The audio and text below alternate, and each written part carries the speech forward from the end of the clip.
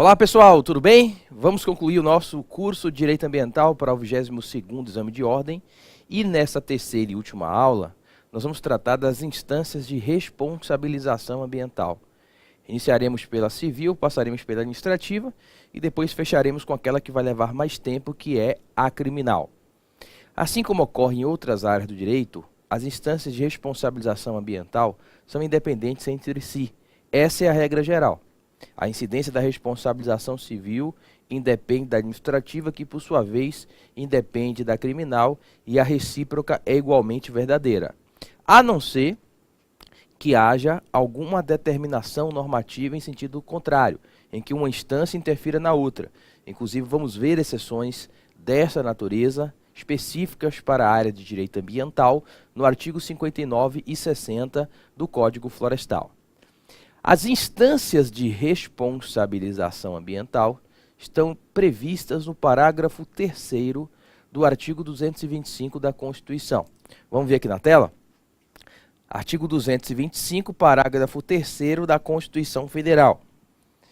As condutas consideradas lesivas ao meio ambiente sujeitarão os infratores, pessoas físicas ou jurídicas, a sanções penais e administrativas, independentemente da obrigação de reparar os danos. Aqui no final nós temos a instância civil. Veremos em breve, inclusive, que esse é o polêmico dispositivo que permite a imputação de delito ambiental a uma pessoa jurídica. Ok? Dentro da Constituição ainda temos uma regra específica de imposição de responsabilidade de reparação do dano ambiental na atividade de mineração. É o parágrafo 2º. Aquele que explorar recursos minerais fica obrigado a recuperar o meio ambiente degradado de acordo com a solução técnica exigida pelo órgão público competente na forma da lei. Essas são as regras constitucionais. Vejam que a Constituição determina que o poluidor repare o dano ao meio ambiente, mas não diz, pelo menos não diz de modo expresso, qual é a natureza jurídica da responsabilidade civil por um dano causado ao meio ambiente. O tema não tem maiores polêmicas, porque mesmo antes da Constituição, 7 anos antes, por força da Lei de Política Nacional do Meio Ambiente, a Lei 6938 de 1981, que estudamos aqui nas aulas anteriores, essa responsabilidade já era prevista como responsabilidade sem culpa, ou seja, a natureza jurídica da responsabilidade civil por dano ocasionado ao meio ambiente possui natureza objetiva. Nesse sentido, o artigo 14, parágrafo 1º, da Lei de Política Nacional do Meio Ambiente, sem obstar a aplicação das penalidades previstas nesse artigo, é o poluidor obrigado, independentemente da existência de culpa, a indenizar ou reparar os danos causados ao meio ambiente e a terceiros afetados por sua atividade. Então, a natureza jurídica da responsabilidade civil por dano causado ao meio ambiente, ela é objetiva. Basta a ocorrência do dano, do nexo causal ligado à conduta omissiva ou comissiva. A conduta omissiva pode gerar responsabilização quando o agente tinha a obrigação de tentar impedir o dano ambiental e não precisa investigar a intenção ou a culpa do agente causador do dano. Vejam que a lei coloca o poluidor como responsável pela recuperação do dano causado ao meio ambiente. A definição de poluidor é extremamente aberta, o que amplia a interpretação desse dispositivo. De acordo com o artigo 3º, inciso 4 da Lei de Política Nacional do Meio Ambiente, um poluidor é a pessoa física ou jurídica, de direito público ou privado, responsável, direta ou indiretamente, por atividade causadora de degradação ambiental. Vejam que até uma pessoa jurídica de direito público, em tese, pode se enquadrar como poluidora. O poluidor direto é aquele que causou de modo imediato o dano ambiental, quem fez desmatamento ilícito de árvores, por exemplo.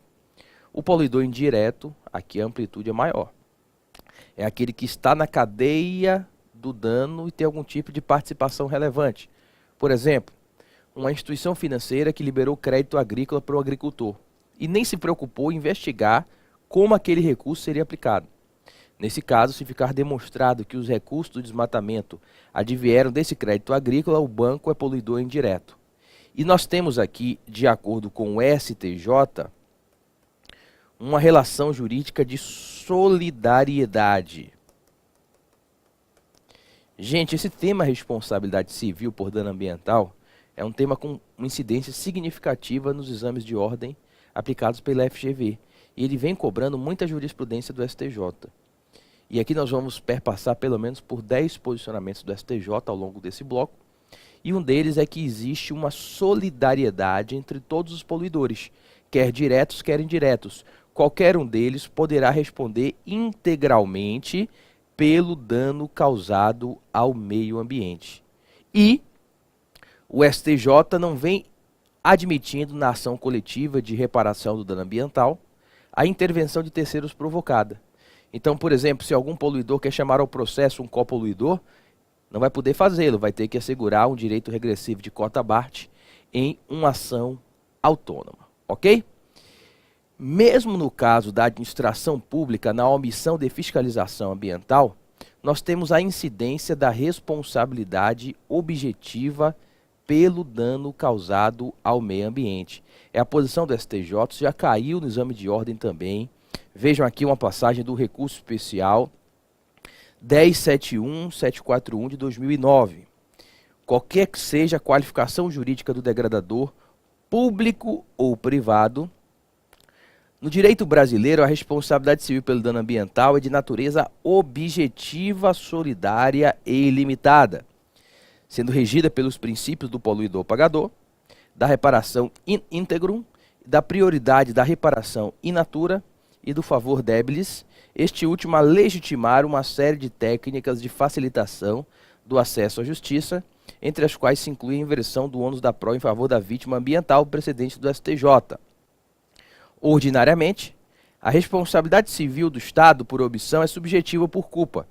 No regime comum ou geral, esse que, assentado no artigo 37 da Constituição Federal, enfrenta duas exceções principais. Primeiro, quando a responsabilização objetiva do ente público decorrer de expressa previsão legal em microsistema especial, como na proteção do meio ambiente. Segundo, quando as circunstâncias indicarem a presença de um standard ou dever de ação estatal mais rigoroso do que aquele que jorra consoante a construção doutrinária e jurisprudencial do texto constitucional. Ok? Então, mesmo na omissão, a responsabilidade da administração pública é objetiva. Agora, o STJ entende, para dar uma trava, que é necessário que essa omissão do poder público tenha sido determinante para a ocorrência e ou então para o agravamento do dano ambiental. E mesmo que no caso desse a administração pública responda, ela guardará direito regressivo contra o poluidor direto. No mesmo sentido, o STJ prosseguindo, assim, sem prejuízo da responsabilidade solidária, deve o Estado, que não provocou diretamente o dano, nem dele obteve o proveito com sua omissão, buscar o ressarcimento dos valores despendidos do responsável direto, evitando, com isso, injusta oneração da sociedade. Porque quando o Estado indeniza, é a sociedade indenizando. Ok? Bom, na responsabilidade civil por danos causados ao meio ambiente, nós temos uma hipótese específica de desconsideração da personalidade jurídica. Já foi cobrado também em 2 oportunidades. Trata-se do artigo 4º da Lei dos Crimes e das Infrações Administrativas Ambientais, que é a Lei 9.605 de 98. Vejamos na tela. Poderá ser desconsiderada a pessoa jurídica sempre que sua personalidade for obstáculo ao ressarcimento de prejuízos causados à qualidade do meio ambiente. A desconsideração da personalidade jurídica não se confunde com a despersonalização, pois aqui não temos a extinção do ente moral. Trata-se da doutrina do levantamento de véu. Naquele caso concreto, os gestores da empresa ou então seus sócios ou ambos são alcançados pela ação civil pública de reparação do dano ambiental. E no direito ambiental, tal qual ocorre já no direito do consumidor, nós temos a desconsideração pela teoria menor. A doutrina divide a desconsideração em teoria maior e teoria menor. A teoria maior tem que demonstrar fraude do uso da personalidade jurídica. Não é o caso, porque a lei não exige. Na teoria menor, encampada pelo direito ambiental, assim como pelo direito do consumidor brasileiro, basta, por exemplo, que a empresa não tenha patrimônio para responder pela reparação do dano ambiental. Não ter patrimônio, desde que ele não tenha se dilapidado fraudulentamente, não é nada irregular. Ela pode não ter patrimônio porque não tem mesmo, né, numa situação não ilícita. E isso já autoriza a desconsideração da personalidade jurídica. Temos até agora, no CPC de 2015, um incidente específico para a desconsideração da personalidade jurídica. Estudamos, na primeira aula, o princípio da precaução, que se distingue do princípio da prevenção. Prevenção, convicção científica. Precaução, dúvida, controvérsia científica. E, à luz do princípio da precaução, temos a máxima do indúbio pro natura ou salute. Desde 2009, o STJ e os leading cases foram esse aqui, ó, RESP 972-902 e 1060-753. Desde 2009, o STJ passou a admitir a tese da inversão do ônus da prova em ações coletivas de reparação do dano ambiental com base no princípio da precaução. E essa jurisprudência se consolidou na Corte Superior. Além do poluidor, existe um terceiro que pode ser responsabilizado pelo dano ambiental. Essa questão já veio, casos práticos, em mais de uma oportunidade no exame de ordem. Trata-se do terceiro que adquire a propriedade ou posse de um imóvel com passivo ambiental. Vamos supor que eu adquira hoje no interior da Bahia uma fazenda. Sabemos que as propriedades rurais têm que ter área de reserva legal. Como aqui estamos fora da Amazônia Legal, e vimos isso na segunda aula, percentual mínimo de 20% da propriedade. Mas a reserva legal da fazenda que eu comprei não tem um pé de árvore. Lá passa um rio. Nós vimos que as margens de cursos d'água perenes ou intermitentes são áreas de preservação permanente. Só que a APP está toda desmatada. Eu já comprei assim. E eu estou de ótima fé. Eu vou responder pela reparação do dano? Vou. Porque quem adquire assume esse passivo ambiental também. É a possibilidade de um terceiro que não causou o dano ambiental por ele responder. É a chamada responsabilidade civil por dano ambiental oriunda de uma obrigação propter rem. Essa expressão utilizada inclusive pela FGV no exame de ordem. É um terceiro, é um caso raro de responsabilidade civil desprovida de nexo de causalidade. Vamos ao STJ. A responsabilidade por danos ambientais é objetiva e, como tal, não exige a comprovação de culpa, bastando a constatação do dano e do nexo de causalidade. Excetuam-se a regra, dispensando a prova do nexo de causalidade, a responsabilidade de adquirente de imóvel já danificado, porque, independentemente de ter sido ele ou o dono anterior o real causador dos estragos, imputa-se ao novo proprietário a responsabilidade pelos danos. É o que se chama de obrigação propter rem, de acordo com o STJ, e é o que vem, inclusive a parte do julgado aqui, ó, a obrigação de reparação dos danos ambientais é propter rem. Essa é a expressão típica de prova, ok? Essa jurisprudência ela foi positivada no Código Florestal. Vejamos aqui na tela o artigo 2º, parágrafo 2º do novo Código Florestal. As obrigações previstas nesta lei têm natureza real e são transmitidas ao sucessor de qualquer natureza, no caso de transferência de domínio ou posse do imóvel rural. Ok? Já tivemos dois casos práticos envolvendo justamente esse entendimento aqui do Superior Tribunal de Justiça. Outro tema que já foi cobrado é a prescrição, ou melhor, a inexistência de prescrição. Considerando que se trata de um direito fundamental e imaterial ao meio ambiente ecologicamente equilibrado, não há prazo prescricional para a pretensão de reparar o dano ambiental. Se alguém o causou há 50 anos, hoje pode responder por uma ação coletiva. Isso também já veio cobrado. É a posição do STJ, porque a lei não trata a respeito. Vamos aqui para a tela. O dano ambiental inclui-se dentre os direitos indisponíveis e, como tal, está entre os poucos acobertados pelo manto da imprescritibilidade a ação que visa repará-lo. Ok? Tudo isso já cobrado na prova. Desde 2012, nós temos a tese firmada pela segunda sessão do STJ, terceira e quarta turma, que são as turmas privadas, mas que julgam a parte de responsabilidade civil, inclusive ambiental, no sentido de que a teoria do risco integral é aplicável à responsabilidade civil por dano ambiental. Veja aqui na tela, o STJ, a alegação de culpa exclusiva de terceiro pelo acidente em causa, como excludente de responsabilidade, deve ser afastada ante a incidência da teoria do risco integral e da responsabilidade objetiva insta ao dano ambiental, responsabilizando o degradador em decorrência do princípio do poluidor pagador, ok? Ou seja, nem mesmo o fortuito, a força maior ou fato terceiro vai afastar a obrigação de reparar o dano ambiental. Hipoteticamente falando, navio está transportando 300 milhões de petróleo, cai um raio, ninguém vai adivinhar onde o raio vai cair. Racha o casco do navio e tem derramamento. Vai responder? Vai, porque o fato natural não vai romper o nexo de causalidade.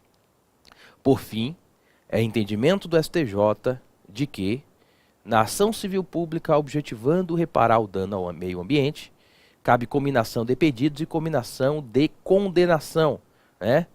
Nós temos a possibilidade de incidir de modo simultâneo os pedidos e condenações. Por exemplo, obrigação de não fazer, obrigação de fazer e obrigação de indenizar. Tudo ao mesmo tempo. A obrigação de não fazer é a cessação do dano causado ao meio ambiente. A obrigação de fazer é a recomposição da área degradada, exemplo de um reflorestamento. E a obrigação de indenizar é pagar indenização para o Fundo de Recomposição de Bens Lesados, de que trata a Lei de Ação Civil Pública. E ainda, a segunda turma do STJ vem admitindo a condenação em dano moral coletivo. Já tivemos algumas questões envolvendo o tema e com o que nós falamos aqui, acobertamos todas. E é o tema que nós temos a maior incidência de jurisprudência. Justamente porque são mínimas as regras sobre o tema. E tem que ir para a jurisprudência. A doutrina é mais difícil porque tem muita controvérsia a respeito desse tema, que é um dos mais polêmicos entre os autores do direito ambiental brasileiro. Fechamos a primeira instância e agora vamos entrar na segunda instância de responsabilização ambiental, que é administrativa. E a partir de agora vamos navegar na Lei 9.605 de 98. Nós costumamos chamá-la de Lei de Crimes Ambientais. Está errado não, mas é uma meia-verdade. Essa lei não trata apenas dos crimes ambientais. É a lei dos crimes e das infrações administrativas ambientais.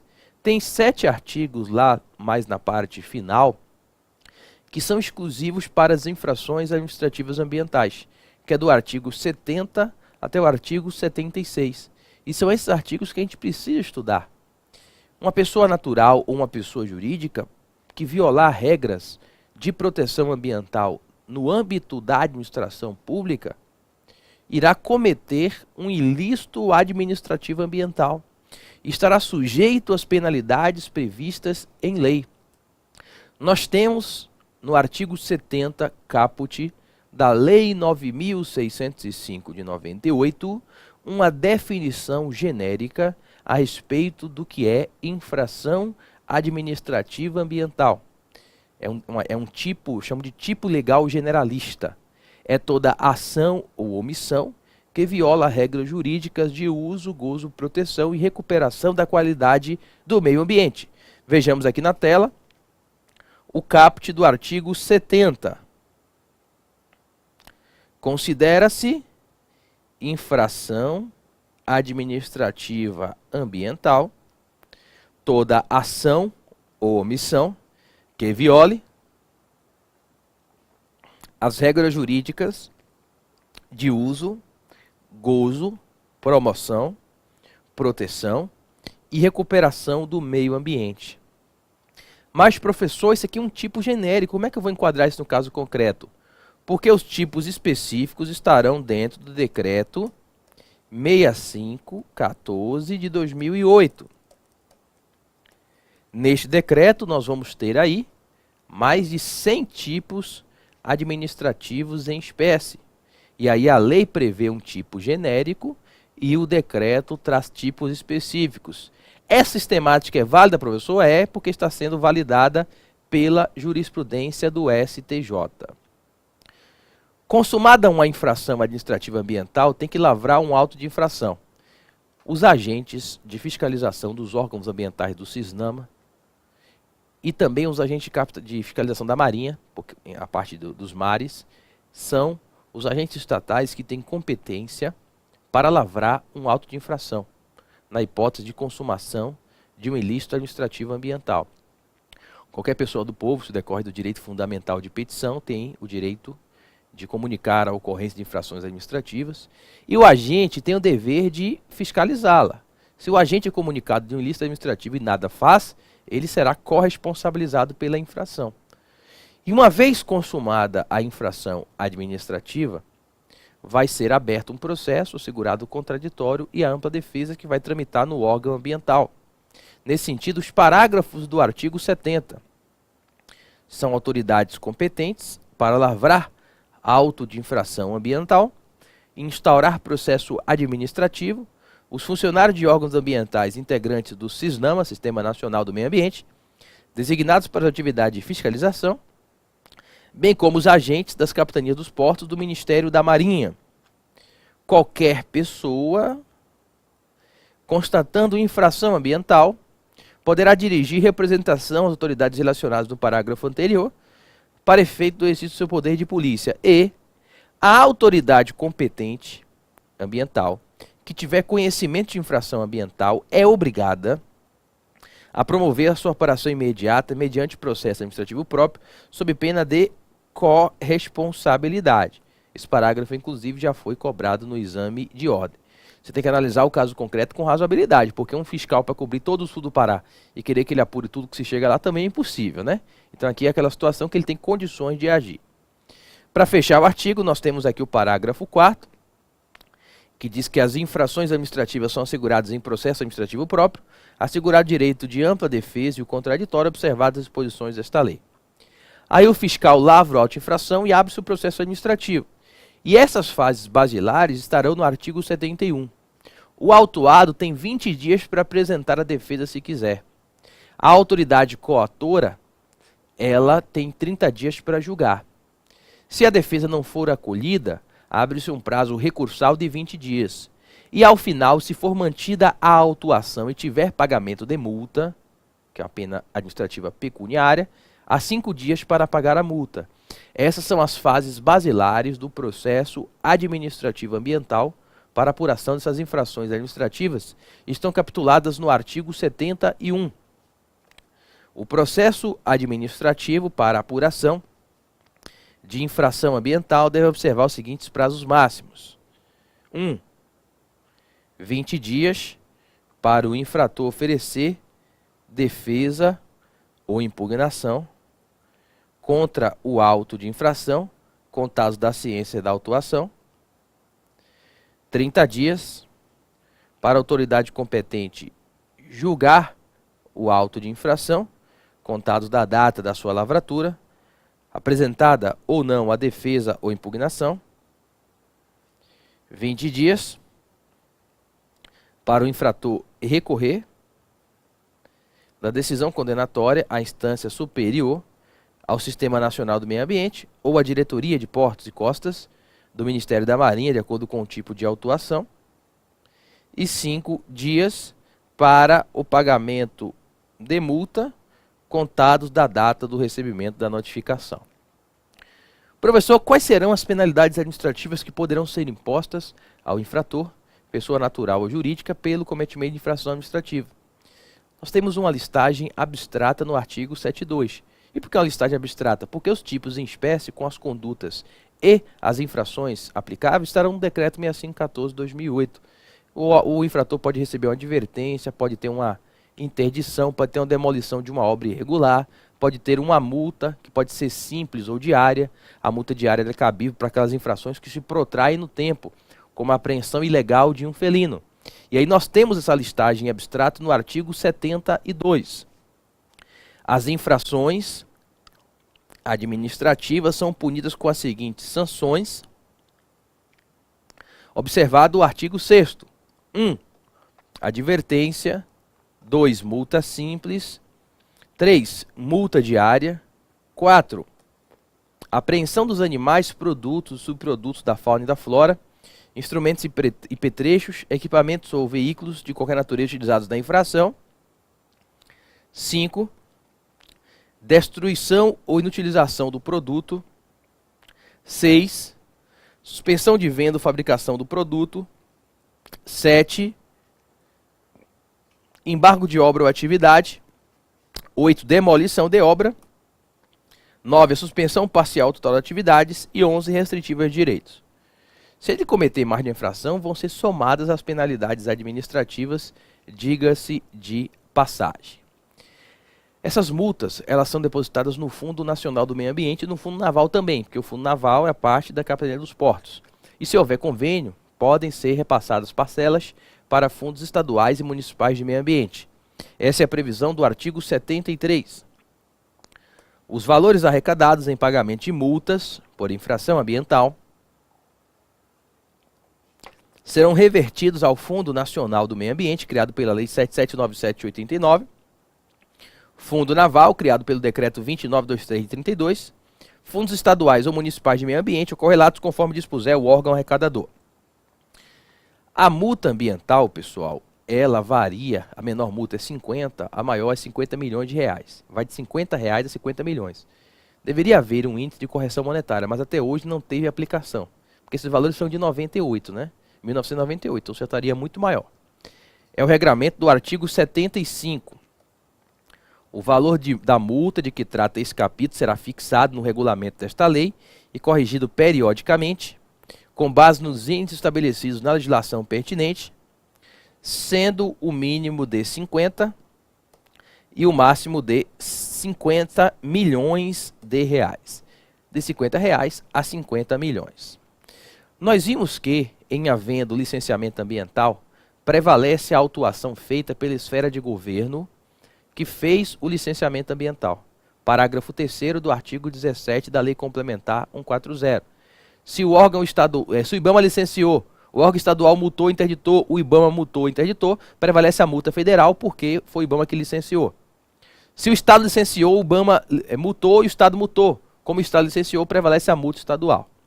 Mas há empreendimentos que não têm licenciamento ambiental. Não foi federal, estadual ou municipal, é totalmente irregular. E aí, qual multa vai prevalecer? Nesse caso, não tendo licenciamento ambiental, não temos a aplicação do artigo 17, parágrafo 3º da Lei Complementar 140. Nesse caso, a resposta é parcialmente dada pelo artigo 76. O pagamento de multa imposta pelos estados, municípios, DF, substitui a multa federal da mesma importe de incidência.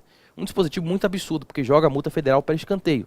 Multou, se não teve licenciamento ambiental, não aplica o artigo 17 da Lei Complementar 140. Tem multa municipal e federal, prevalece a municipal. Tem multa estadual e federal, prevalece a estadual. Mas a lei não fala entre a multa estadual e municipal qual vai prevalecer. Acredito que, por razoabilidade, aí nós temos que aplicar a multa mais antiga para priorizar a esfera de governo que atuou primeiro, ok?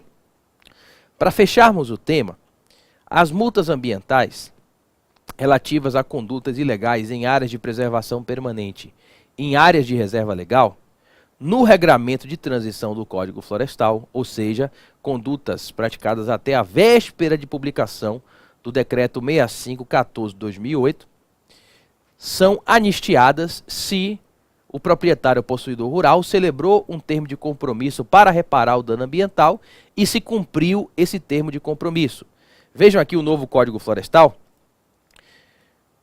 No período entre a publicação desta lei e a implantação do Programa de Regularização Ambiental em cada estado no Distrito Federal, bem como após a adesão do interessado ao Programa de Regularização Ambiental, enquanto estiver sendo cumprido o termo de compromisso, o proprietário possuidor ele não poderá ser autuado por infrações cometidas antes de 22 de julho de 2008, relativas à supressão irregular de vegetação em áreas de preservação permanente, de reserva legal e de uso restrito. A partir da assinatura do termo de compromisso, serão suspensas as sanções decorrentes das infrações do parágrafo 4º e cumpridas as obrigações estabelecidas no Programa de Regularização Ambiental ou no termo de compromisso para a regularização ambiental da área, nos prazos e condições estabelecidos, as multas referidas serão consideradas convertidas em serviços de preservação, melhoria e recuperação da qualidade do meio ambiente, regularizando o uso das áreas rurais e consolidado no PRA. Por exemplo, eu desmatei legalmente a PP em 2005. Celebrei um termo de compromisso, reparei o dano da área. Cumpri a reparação do dano da APP desmatada legalmente, que é a instância civil quer reparar o dano.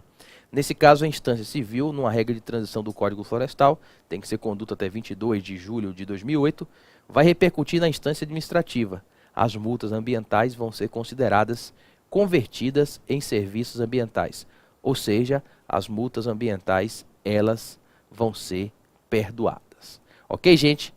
Esse é o regramento envolvendo a instância administrativa, a maior de todas, que é a parte dos delitos ambientais. Vamos prosseguir a partir do segundo bloco.